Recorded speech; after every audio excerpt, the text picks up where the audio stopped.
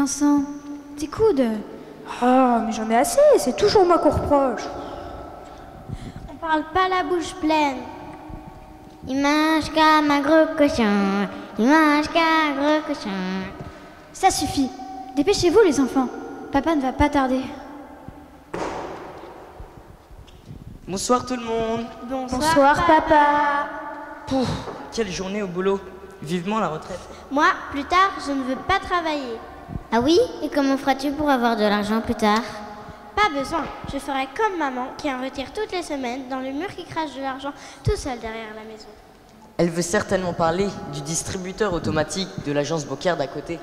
C'est que, vois-tu, ce n'est pas aussi simple.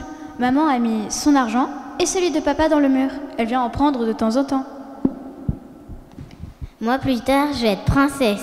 Un grand classique. Et toi, Vincent, tu ne dis rien. Qu'est-ce que tu veux faire plus tard? Saint-Cyrien, dompteur de lion, pilote d'hélicoptère? Non, Policier pour arrêter les voleurs? Président de la République? non plus. Alors quoi? Moi, plus tard, je veux faire pape. Abémus papam. Mais ce n'est pas un métier. Je sais, mais lorsque Jean-Paul II est mort, il a fallu trouver un autre pape. Et ils ont trouvé Benoît XVI. Même que pour les initiés, c'est Benedetto. Je vois que tu es très au courant. Mais cela ne se passe pas tout à fait comme tu dis. Et Karol Wojtyla? Et ça? Karol Wojtyla? Mais et qui est-ce? Mais le pape Jean-Paul II, voyons. Karol Wojtyla, c'est son vrai nom. C'est comme Benoît XVI. Pardon. Benedetto. Son vrai nom, c'est Joseph Ratzinger. Regarde étends l'oreille. Je vais tout t'expliquer.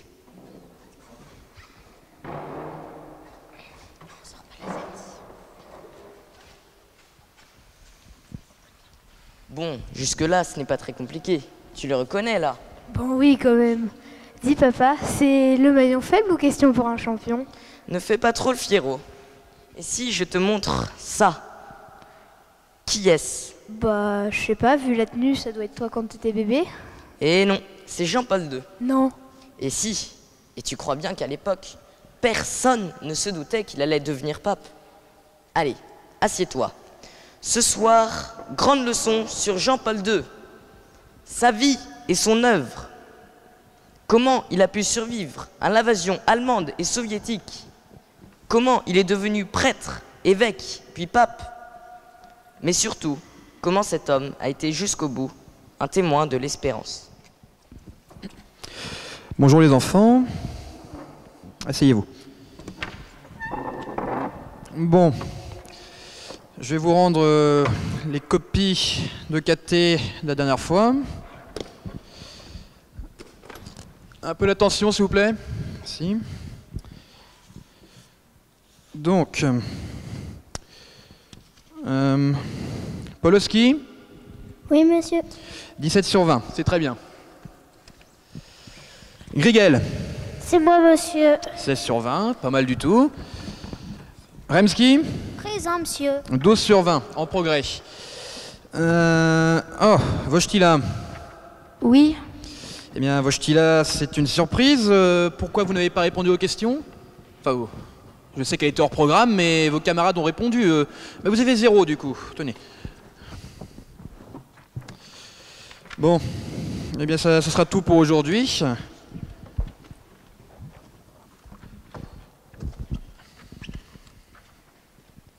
Oui, on sait ce que tu penses. Personne ne connaissait la réponse. Même pas toi, qui en général est le meilleur de nous tous. Alors, on a tous ouvert le livre en cachette. Oui, mais pas moi. C'est malin, regarde le résultat, 0. Je refuse de tricher, laissez-moi tranquille. Rien à faire, il est vraiment vexé. Un vrai drame. Allez, c'est pas grave. Ce n'était qu'un contrôle de caté. Tu ne voulais quand même pas être pape.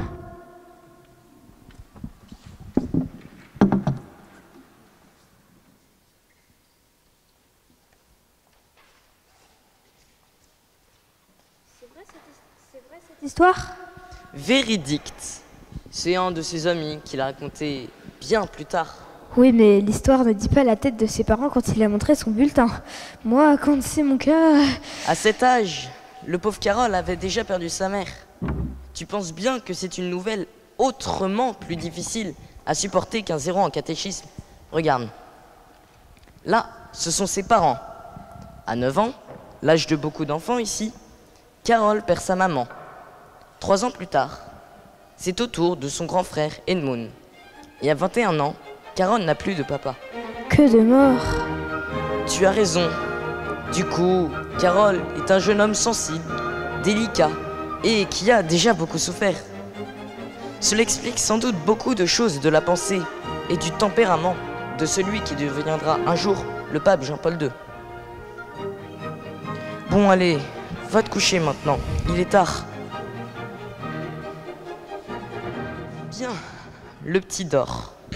C'est déjà une bonne chose. Bon, ça va, vous arrivez à suivre. Bon, alors, continuons. Nous sommes en 1941. La Pologne est occupée par les Allemands et Carole est plein de choses à la fois. Ouvrier mineur, acteur de théâtre et chrétien engagé. Mais, chut, écoutez, quelqu'un arrive.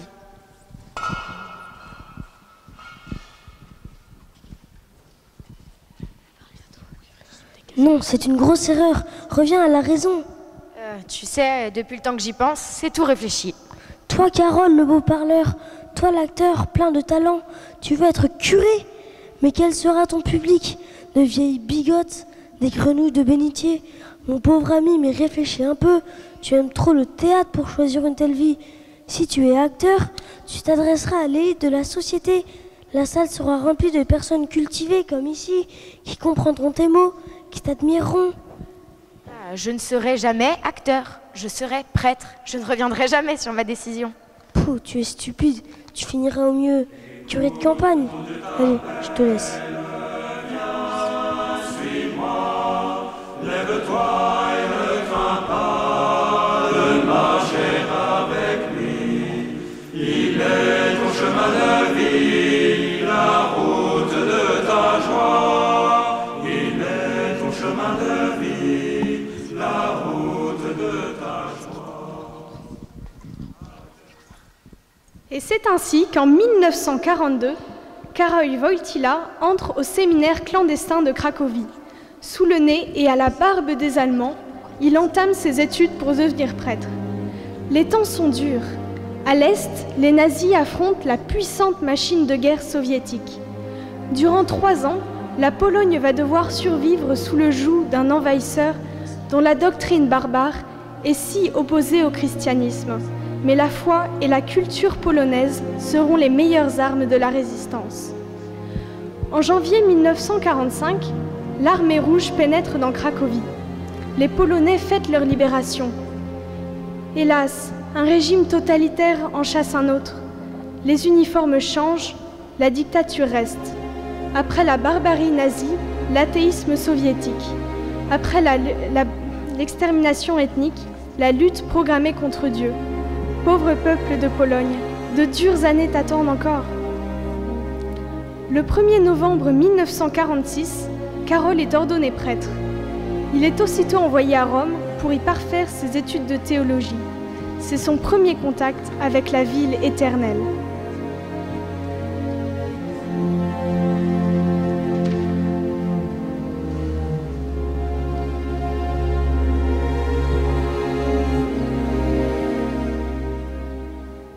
Regardez là-bas, la basilique Saint-Pierre. Oh, quelle merveille! Et là, ces gardes suisses qui nous présentent ces armes. Profites-en, Carole, tu n'auras pas ça tous les jours de ta vie. Allons plutôt prier sur la tombe de l'apôtre Pierre.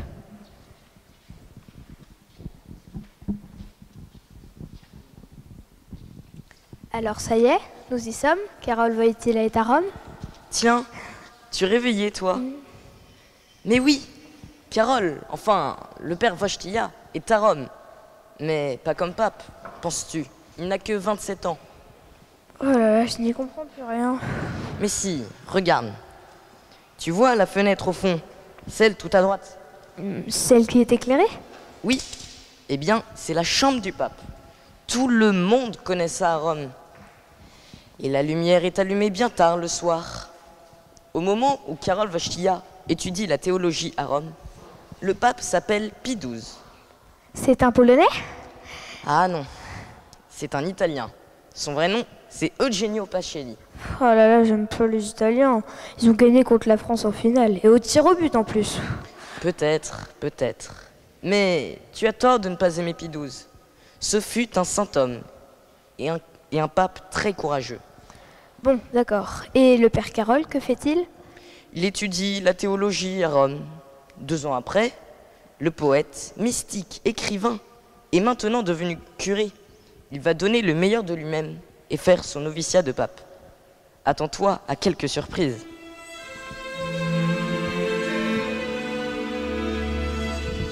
Allons, courage. Encore quelques mètres et nous arriverons au lac. Et là, plongeons pour tout le monde. Avez-vous votre soutane de bain, mon père?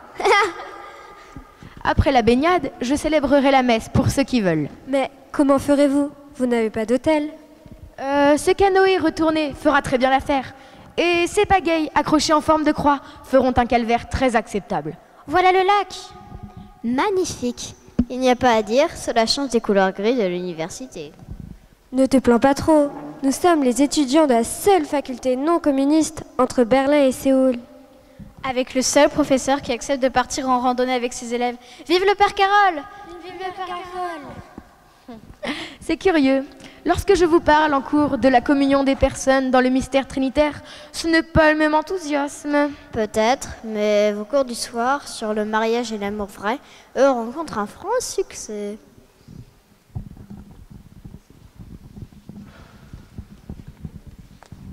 Une lettre pour Monsieur Wojtyła. C'est moi, merci.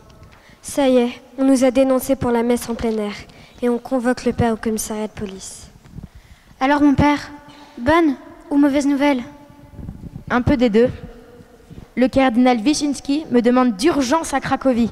Mais vous n'allez quand même pas voir le cardinal Prima dans cette tenue? Non, surtout que... Surtout que quoi? Surtout que cette lettre m'annonce que je suis nommé évêque auxiliaire de Cracovie. Vive Monseigneur Wojtyła! Vive Monseigneur Wojtyła!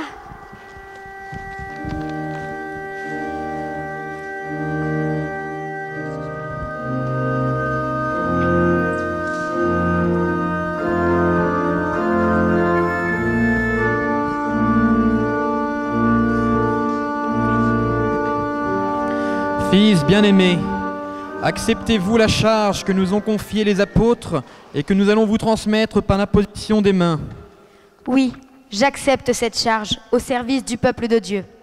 Et je m'engage à la remplir jusqu'à la mort, avec la grâce de l'Esprit Saint. Voulez-vous travailler à la construction du corps du Christ qui est l'Église? Oui, je le veux. Voulez-vous obéir fidèlement au successeur de Pierre? Oui, je le veux. Voulez-vous intercéder sans relâche auprès de Dieu pour le peuple saint et remplir de façon irréprochable la fonction de grand prêtre et de pasteur? Oui, je le veux, avec la grâce de Dieu. Que Dieu lui-même achève en vous ce qu'il a commencé.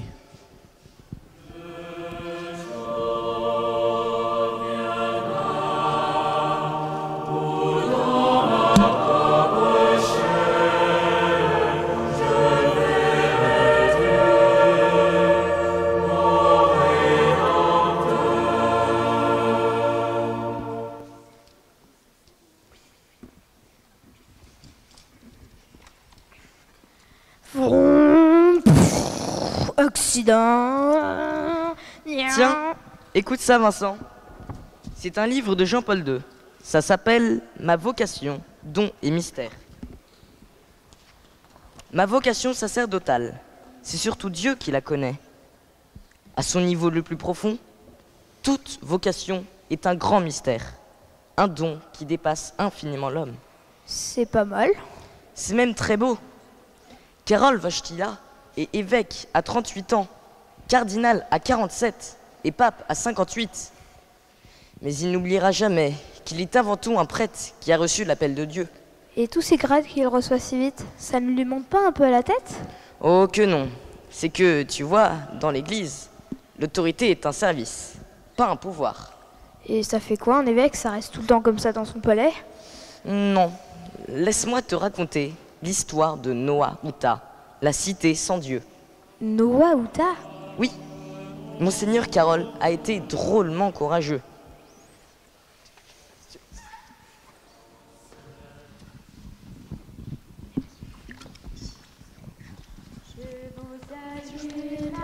Comblé de grâce, le Seigneur est avec vous. Vous êtes bénie entre toutes les femmes. Et Jésus, votre enfant. Non, non et non. N'insistez pas. Cette ville sera le parfait exemple de la nouvelle Pologne enfin libérée de Dieu. La cité communiste idéale. Je ne vous autoriserai jamais, vous m'entendez, jamais à y construire une église. Mais vous n'allez tout de même pas empêcher 150 000 ouvriers d'avoir un lieu où prier. Qu'ils aillent prier ailleurs. Il y a plein d'autres églises en Pologne. Et je vous préviens, à partir de ce soir, mes policiers vous surveilleront tous. Et vous, je vous ramène chez vous.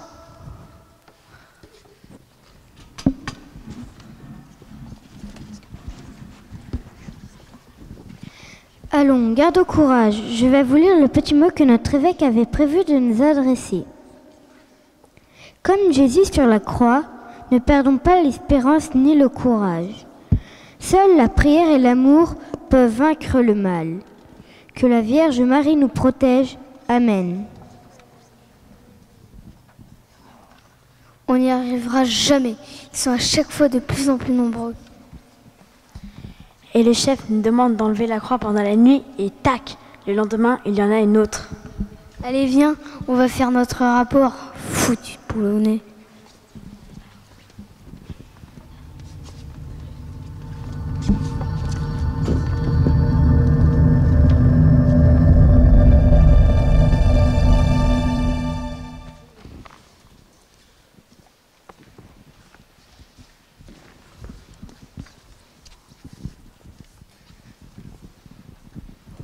Le pape est mort! Qu'est-ce que vous dites? Le pape Jean-Paul Ier est mort la nuit dernière après seulement 33 jours de pontificat.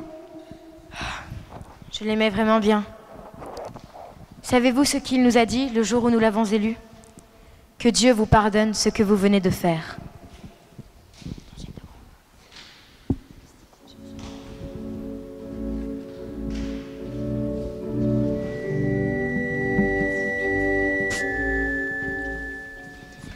Alors voilà. Maintenant, je dois vous dire la vérité. Les cardinaux se sont réunis. Le pape est élu. Il s'appelle Karol Wojtyła et il a pris le nom de, devinez, Jean-Paul II. C'est bien, il y en a quelques-uns qui suivent. Ça fait plaisir. Regardez, tout s'est passé ici. Les cierges fument encore. Mais vous le savez bien. On ne sait rien. C'est confidentiel, top secret. Si un cardinal révèle ce qui s'est passé, il est excommunié. Mais voilà, il y a la magie du théâtre. Mesdames et messieurs, et vous aussi les enfants, en exclusivité mondiale, voici le récit du conclave qui a fait du cardinal Wojtyła le pape Jean-Paul II. Mais chut, ne dérangez pas les cardinaux.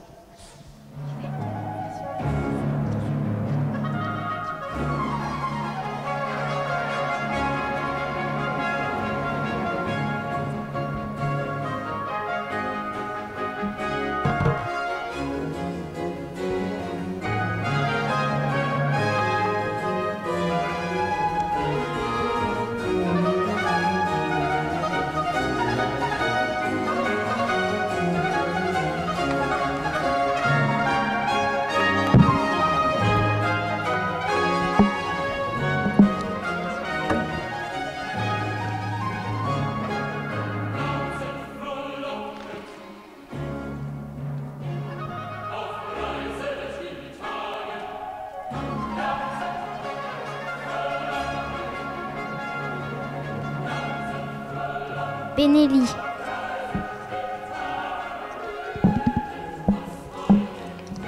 Syrie.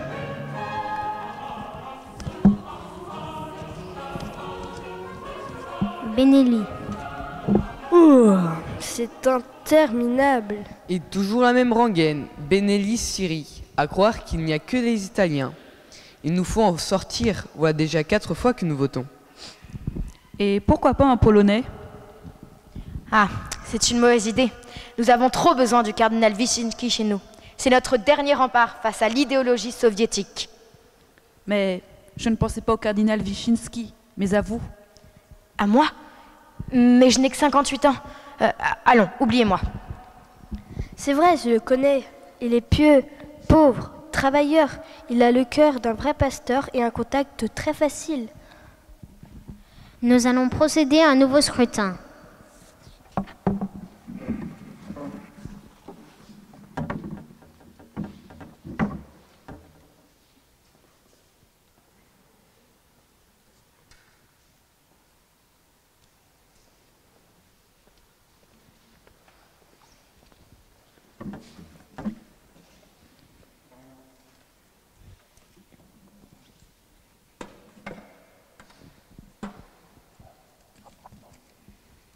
Wojtyla. Wojtyla. Benelli. Wojtyla. Cardinal Wojtyla, il manque peu de voix. Accepterez-vous si le scrutin vous désigne? Le Seigneur est là, il t'appelle.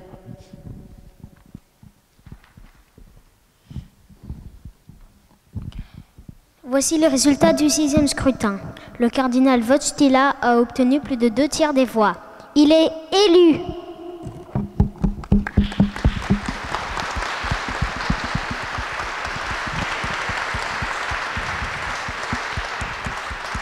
Monseigneur Wojtyla, acceptez-vous la charge de souverain pontife?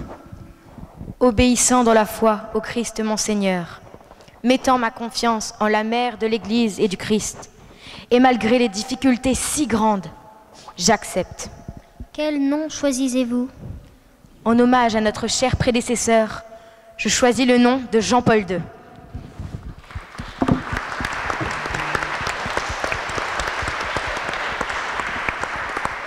N'ayez pas peur d'ouvrir les portes au Christ.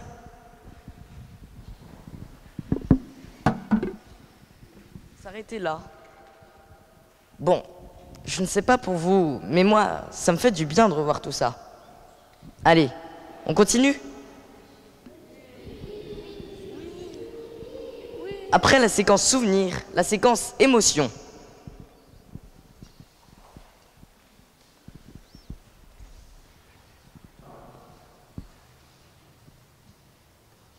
Ça, c'est le pape tel que nous l'avons tous connu. 26 ans, 5 mois et 17 jours à la tête de l'Église catholique. Mais peu de gens connaissent l'histoire merveilleuse que je vais vous raconter. Et mon petit doigt me dit que ça va vous plaire.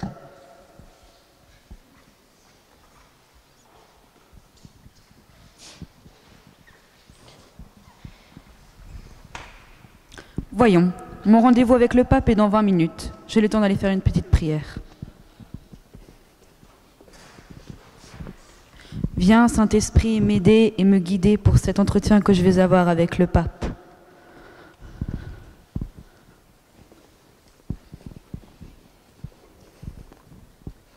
Bonjour, mon père. Vous ne me reconnaissez pas? Non, c'est-à-dire que... Don Pietro, nous étions ensemble au séminaire. Nous avons été ordonnés prêtres le même jour. Mais oui, bien sûr. Mais que t'est-il arrivé? Ah, je n'en pouvais plus. J'ai tout abandonné. Allons, on n'arrête jamais d'être prêtre. Eh bien, si. Regarde. Moi, je mendie mon pain. Et toi, tu fais la pluie et le beau temps au Vatican. Écoute, j'ai rendez-vous dans un quart d'heure avec le pape. Nous pourrons discuter de tout ça plus tard. Tiens, je te laisse ma carte de visite. On se retrouve ce soir. À ce soir, hein?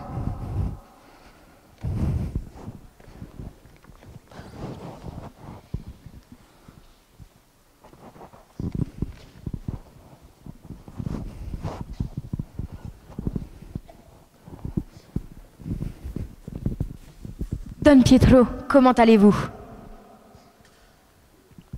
Très Saint-Père. Je sais que nous devons préparer l'audience avec le président américain pour demain, mais... Que se passe-t-il? J'ai un secret à vous confier. J'ai rencontré tout à l'heure un de mes confrères d'ordination. Il mendie son pain devant l'église Saint-Giovanni. Quelle tristesse! Que faire? Un prêtre clochard? Mais amenez-le-moi de suite. Mais c'est que... Allons vite, dépêchez-vous. Il n'est peut-être plus devant l'église. Allez, allez, courez! Ah, je te retrouve. Vite, ramasse tes affaires. Le pape veut te voir. Quoi? C'est une blague? Non, je te jure. Allez, vite, dépêche-toi. Mais je ne peux pas y aller dans cette tenue. Allez, on s'en moque. Vite.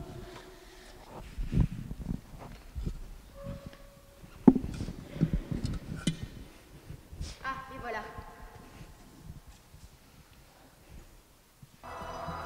Bien, laissez-nous maintenant. Nous avons à discuter. Nul ne saura jamais ce qui s'est vraiment passé ce jour-là et ce que les deux hommes se sont dit. La seule chose que l'on sait, c'est qu'à la fin, le pape s'est mis à genoux au pied du clochard.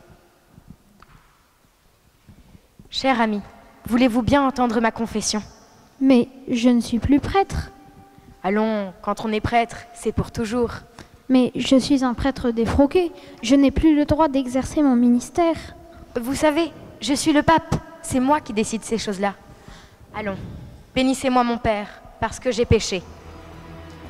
On sait donc que ce jour-là, le pape s'est confessé à un clochard de Rome. Juste après, l'homme est tombé à ses pieds et s'est confessé à son tour. Depuis, on l'a nommé au service d'une paroisse où il se dévoue auprès des pauvres et des mendiants du quartier. C'est lui qui a tout raconté. Jean-Paul II, gravement blessé cet après-midi dans un attentat, subit en ce moment même une intervention chirurgicale et, d'après le dernier bulletin de santé, la vie du souverain pontife pourra être sauvée. Nous allons revoir tout de suite les images de cet attentat dont le pape a été victime cet après-midi sur la place Saint-Pierre. 17h20 cet après-midi. Comme c'est son habitude depuis 3 ans, le pape Jean-Paul II est descendu dans la foule de la place Saint-Pierre pour saluer les milliers de pèlerins fidèles à l'audience générale du mercredi après-midi. Jean-Paul II est debout dans sa Fiat décapotable, cette voiture dont il se sert pour ses déplacements dans Rome.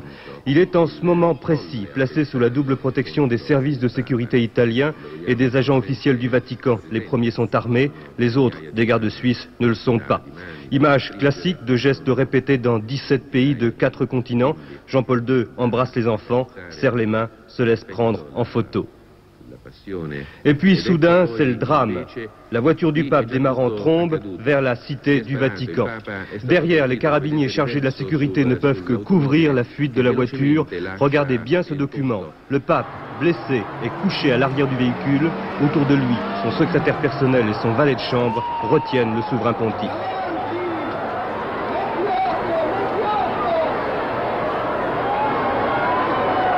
Aussitôt, c'est la consternation sur la place Saint-Pierre. La consternation et aussi la colère. Pendant que le pape est emmené d'urgence vers la polyclinique Gemelli de Rome, la nouvelle court dans la capitale comme une onde de choc. En quelques minutes, tout bascule pour ces 20 000 personnes venues acclamer le pape. Parmi ces pèlerins, 150 Polonais, ce sont eux qui resteront les derniers ce soir.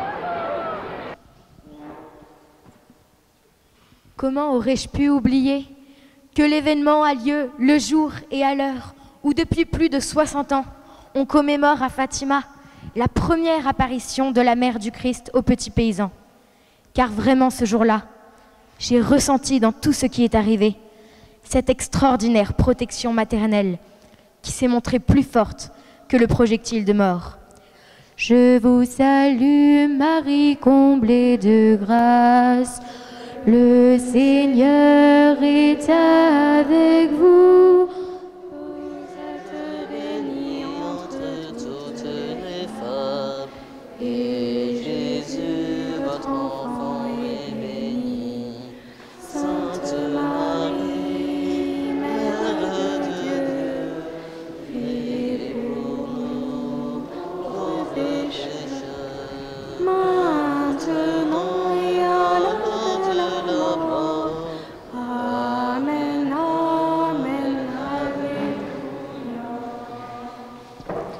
Le pape a pardonné à son agresseur Aliaxa de son lit d'hôpital. Il est même allé lui rendre visite à la prison pour lui exprimer son pardon de vive voix. Ce qu'ils se sont dit pendant ces 20 minutes est resté secret, mais les deux hommes partageaient la même émotion.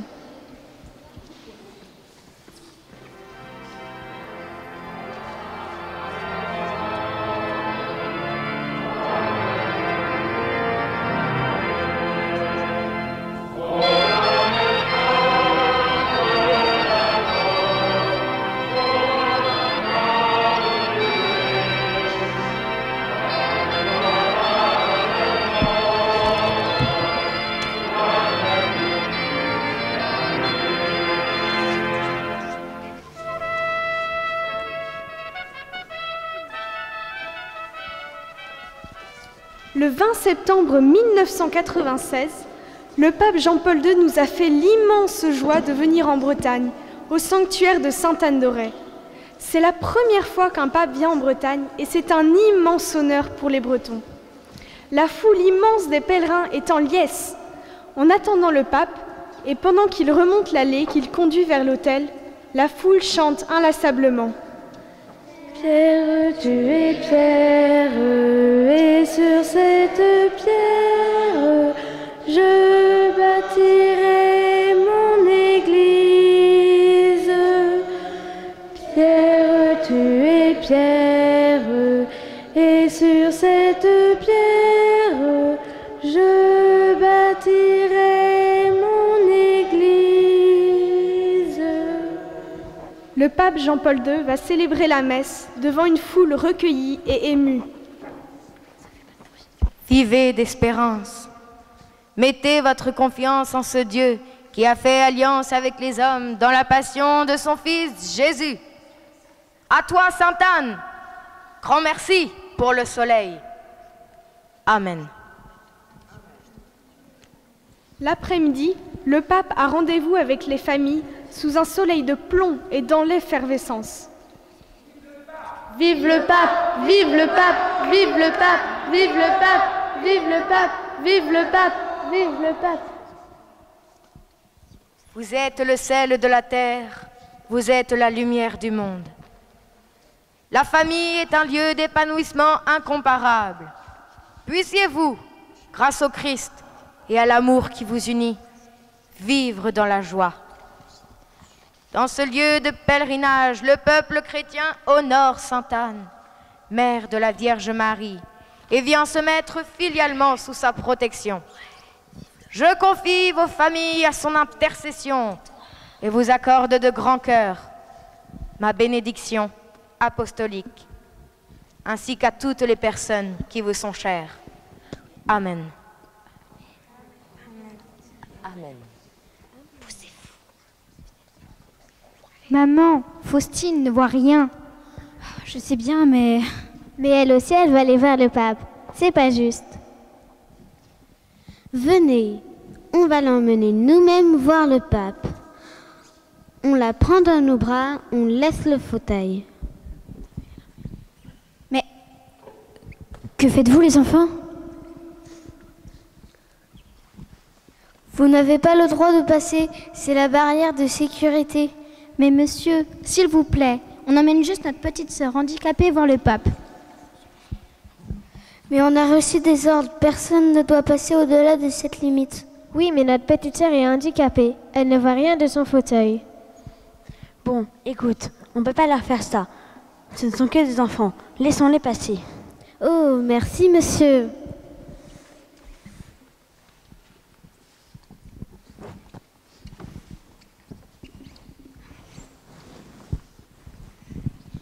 Voilà, on vous emmène notre petite sœur Faustine. C'est notre cadeau à nous. C'est le plus beau cadeau que vous pouviez me faire. Laudate Dominum, laudate Dominum, omnes gentes, Alléluia. Laudate Dominum, laudate Dominum, omnes gentes, Alléluia.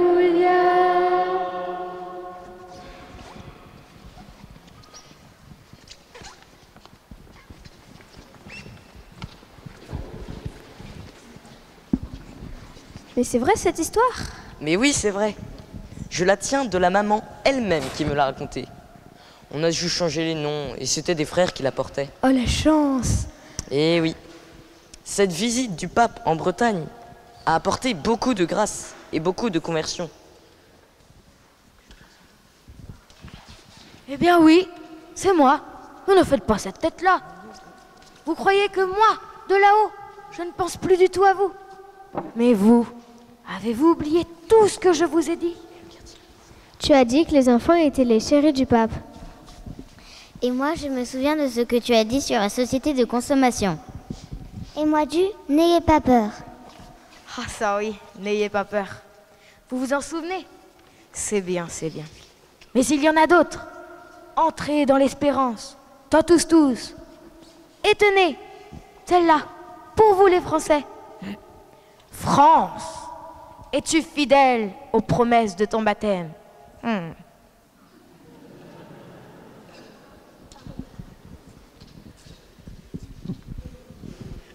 Et voilà, tu sais tout maintenant. Jean-Paul II fut un grand pape. Le jour de ses funérailles, une centaine de chefs d'État avaient fait le déplacement. Ce fut grandiose. 1 million de personnes étaient massées dans les rues de Rome. La plupart des télévisions du monde ont retransmis la cérémonie pour des millions de téléspectateurs. Et le cardinal Ratzinger...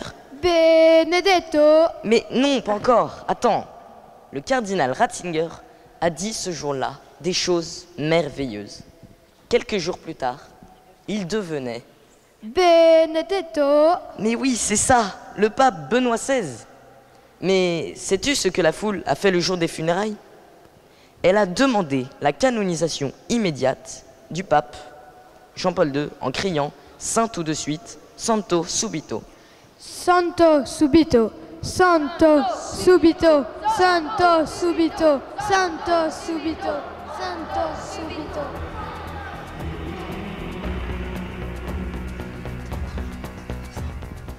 Neuf ans plus tard, le jour du dimanche de la Miséricorde 2014 à Rome, place Saint-Pierre, Benoît XVI proclame Karol Wojtyła Saint Jean-Paul II devant 1 million de pèlerins venus du monde entier.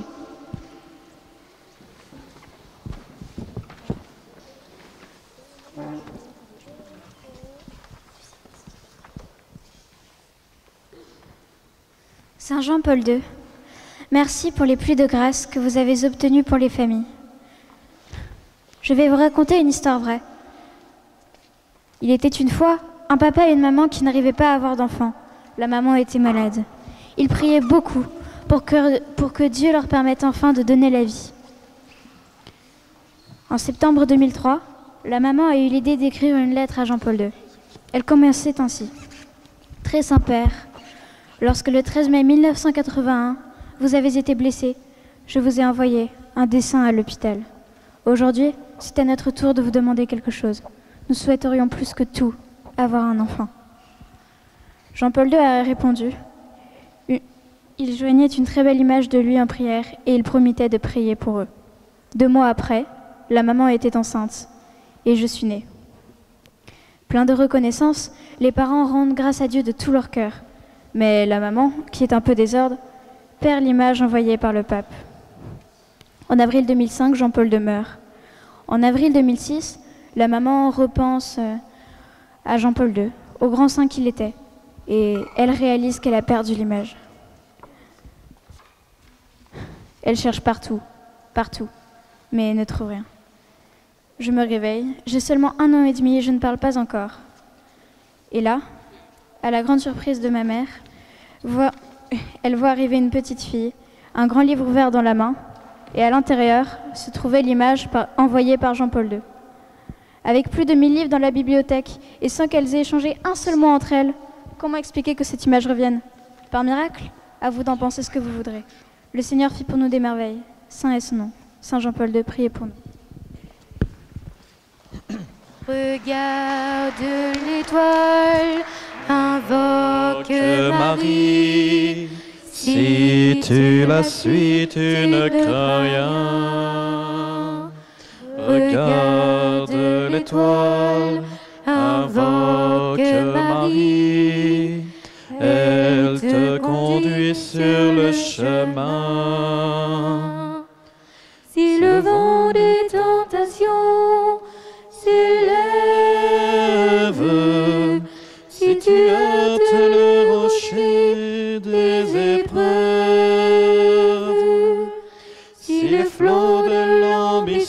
passion t'entraîne,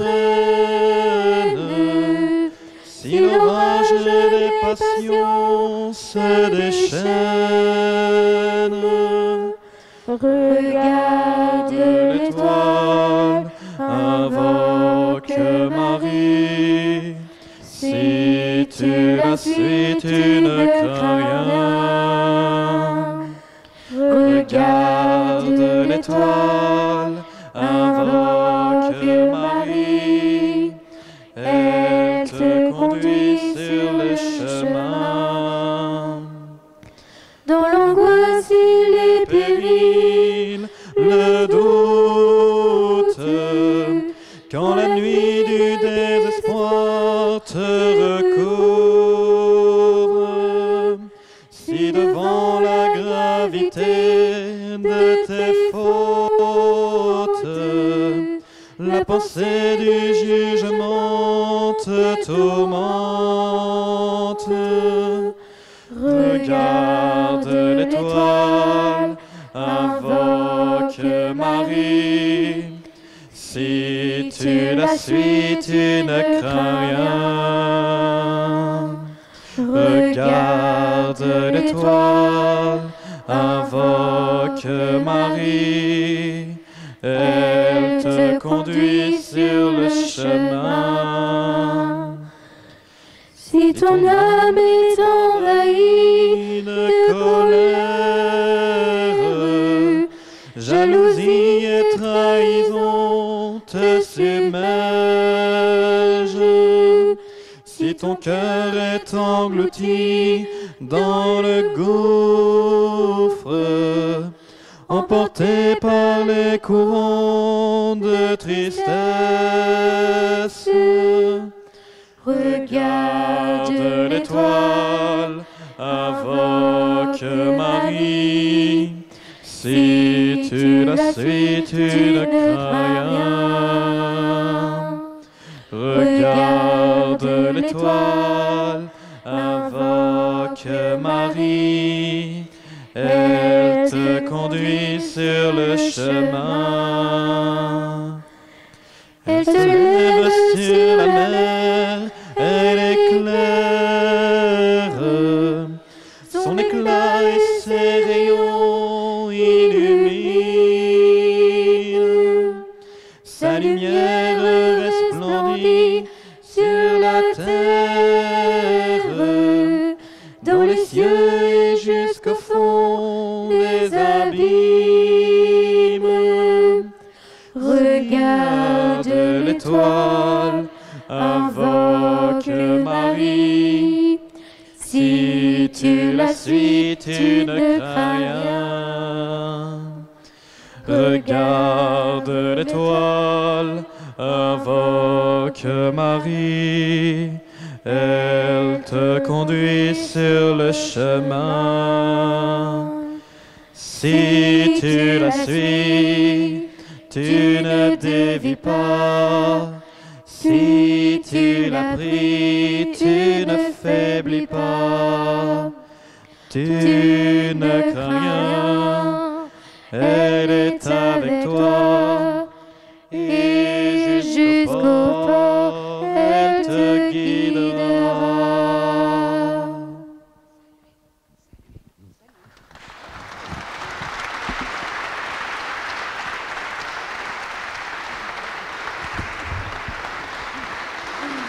Bon, merci.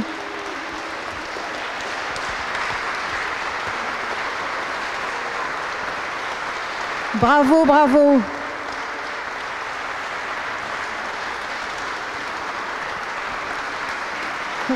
Bravo les enfants, vous avez très bien parlé.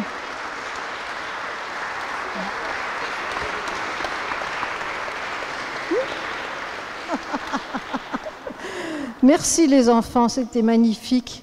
Merci au Père Thibault de les avoir reçus comme ça. Et pour les sacerdoces et pour les vocations. Merci aux mères de famille et au bataillon de mères de famille qui étaient là pour les aider. La mise en scène faite par Noyal. Et peut-être à l'année prochaine.